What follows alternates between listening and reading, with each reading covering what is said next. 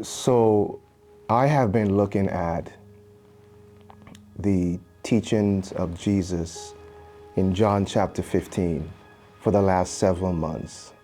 And you know, John chapter 15 is where Jesus says to his disciples and to us that I am the vine and you are the branches. And in that passage, Jesus illustrates for us using gardening to help us understand how God prunes us that we might bear more fruit.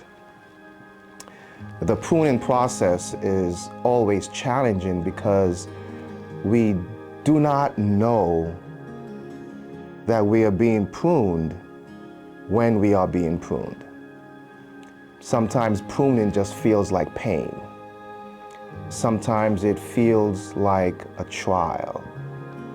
When I think about the Baptist Convention of New York and the journey of the last 15 years, as I have traveled the BCNY territory and talked to pastors, both individually and in small group settings, and talked to associational leaders who've been at this work, some well over a decade.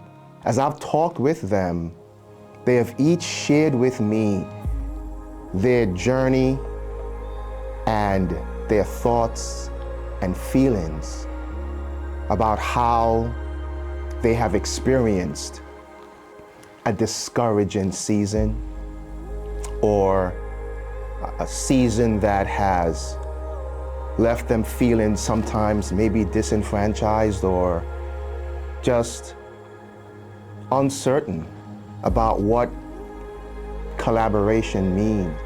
And so the narrative that I find applicable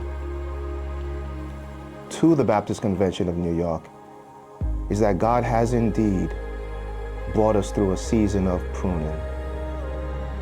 And in the pruning process, there's one thing that I'm sure of, because Jesus said it, is that we are pruned that we might bear more fruit, and that our fruit should remain. I've realized that the potential of the Baptist Convention of New York is alive and well in our associations and the churches that they serve.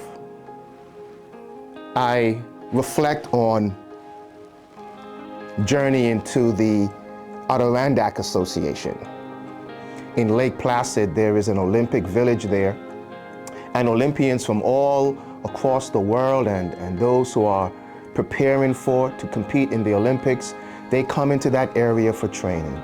And these pastors, they collaborate together, they fund a ministry and a chaplain to this community. I think about the Thousand Island Association, who have a strong outreach to the military community. They come together and work to ensure that this community of persons who are dedicating their lives to the protection of this great nation, that they are ministered to with the gospel of Jesus Christ.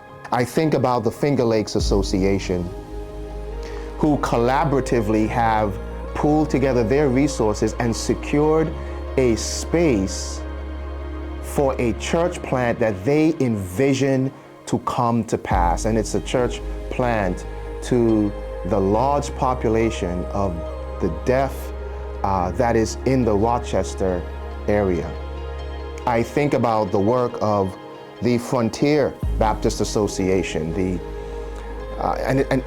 it's amazing to me the work that I saw when I visited there. I reflect on the Sheridan Parkside Life Center. It's a tremendous outreach to reach the neighborhood and the diverse community of families and children that reside in that neighborhood. Their vision is bigger than their space would allow.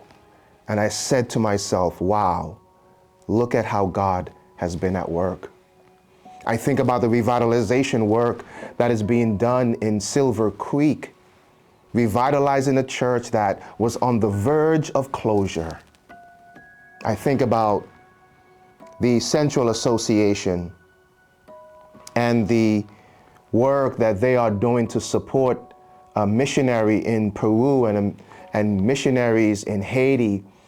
They've actually just completed a 7-year process of translating Experiencing God into French Creole. This is a work that they funded themselves, collaboratively coming together with another association, assisting them in making this happen. And that association is Hudson Baptist Association. And the work that the Hudson Baptist Association have been doing in church planting has been tremendous. They've raised up church planters that they are also supporting financially. And I look at this and I say to myself, wow, look at what God has been doing in the Baptist Convention of New York. The Metropolitan New York Baptist Association has continued to be a pioneer in facilitating hundreds of high school and collegiate students every year on mission trips to New York City. Their Coats for the City partnership is set to have their largest outreach yet this year. Wow, look at what God has been doing. I think of NJNet and the equipping conferences that have become so meaningful to the pastors and churches in that they serve. I think about the Global Baptist Alliance, a group of our churches that support church planters here and who have a tremendous footprint internationally in ministry work, in schools, in training pastors, and also now venturing to do ministry work in Cambodia. Look at what God is doing. Our Hispanic Baptist Association, which annually gathers upwards of 600 youth. Yeah, we've gone through a pruning season, but what I have observed is that through this time, our associations, our churches have been bearing fruit.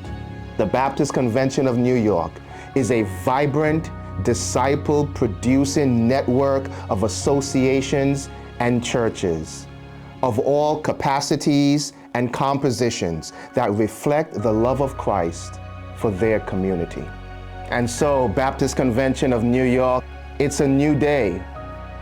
It's time for us to acknowledge in ways that perhaps have eluded us that God has indeed been bearing fruit among us, that God has done a work in us even as we have been pruned, that His grace has sustained. We have emerged resilient, and I'm grateful to God to have the opportunity to be a part of guiding us forward in unity for His glory.